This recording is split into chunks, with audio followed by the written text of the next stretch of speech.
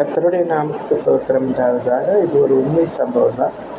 நான் திருவண்ணாமலையில் 2012வது வருஷத்தில் எங்கள் அத்தை நினைவு நாள் அன்னைக்கு ஒரு 15 பேருக்காவது பெட்ஷீட் வாங்கி கொடுக்கணுன்னு எனக்குள்ள ஆசை. நான் சேர்த்து வச்ச காசில் நான் அதில் பெட்ஷீட் வாங்கினேன். ஒரு 30 பெட்ஷீட் வாங்கினேன். அதில் நான் 15, எங்கள் வீட்டுக்கார் 15 அப்படி எடுத்துக்கிட்டோம்.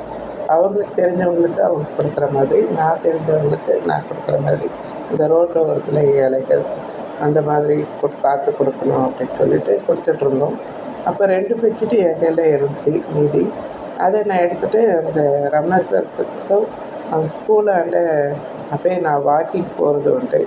அப்படி நான் ரோட்டில் போகும்போது 2 பெட்ஷீட்டு நம்ம ஒருத்தர் நினச்சிட்டு வந்தோம். ஆனால் அவங்க இல்லையே. எப்போவும் அந்த ஒரு கொட்டங்குச்சி வச்சுட்டு ஒரு மக்கு ஏதாவது வச்சுட்டு ஒரு அம்மா கொடுத்துட்டு வருவாங்க.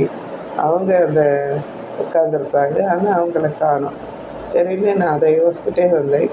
வரும்போது அந்த காலேஜுக்குள்ளே நான் நடந்து வரும்போது ஒரு சாமியாரை பார்த்தேன். அவரை பார்த்தோன்னே ஆண்டவர் அவங்ககிட்ட கொடுமான்னாரு. நான் யோசித்தேன், சாமியார் ஆண்டவரே அப்படின்னேன். இல்லை பரவாயில்ல எனக்கு கொடு அப்படின்னாரு. நான் அவரை பார்த்தோன்னே சின்ன பிள்ளையில எனக்கு இந்த குடுகுடுக்காரங்க இந்த இவங்களெல்லாம் பார்த்தா அம்மா சொல்லுவாங்க, கொடியை தூவிடுவாங்க, உங்களை அப்படியே மயக்கி அப்படியே நீங்கள் அவங்க பின்னாடியே போயிடுவீங்க அப்படின்லாம் சொன்னோன்னே எனக்கு அந்த பெரிய வயசான பிறகு கூட அந்த பயம்.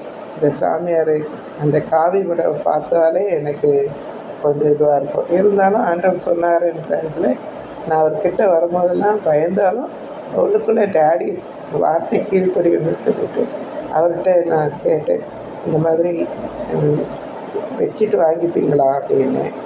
அது கொடுத்தாயி நான் வாங்கிக்கிறேன் அப்படின்னு ரொம்ப மரியாதையாக அந்த கை நீட்டி வாங்கினார். அப்போ நான் கேட்டேன், இன்னொரு பெட்ஷீட் இருக்குது, உங்கள் ஃப்ரெண்ட்ஸுக்கு யாருக்குன்னா நீங்கள் கொடுக்குறீங்களா, உங்களுக்கு தெரிஞ்சவங்களுக்கு அப்படின்னு. கொடுத்தாயி அப்படின்னு சொல்லிட்டு அதையும் வாங்கிக்கிட்டாரு. அப்போ அவரே சொன்னார், இந்த மாதிரி நான் ஜீசஸ் கிட்டே நேற்று தானே வேணேன், எனக்கு பெட்ஷீட் வேணும், எனக்கு கிழிஞ்சிருச்சு என் பெட்ஷீட், அதனால் எனக்கு புது பெட்ஷீட் வேணும், எனக்கு மாத்திரம் இல்லை என் ஃப்ரெண்டுக்கும் வேணும் அப்படின்னு நான் வேண்டிக்கிட்டேன் தாய். எப்படி தாய் நீ 2 பெட்ஷீட் எனக்கு கொடுக்குற அப்படின்னாங்க.